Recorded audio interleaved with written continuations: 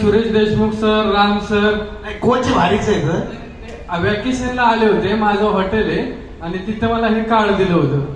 त्याच्यानंतर मी तर आजारी होतो, त्यातून बऱ्यापैकी बाहेर पडलो आणि त्याच्यानंतर मी म्हणजे मला आता बोलताना पण बोलायलाही नाही एवढं. मला टेस्टिक्युलर कॅन्सर झाला होता वजनामुळे.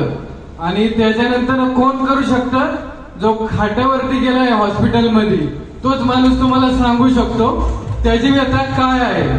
आणि मी आता टार्गेट म्हणून काहीच करत नाही. जो लोक म्हणतात ना मला होत नाही काय नाही, पण माझ्या डोळ्यातलं पाणीच लोक बघून मला फोन करतात आणि तू कसं केलंस आणि आम्हाला करायचं.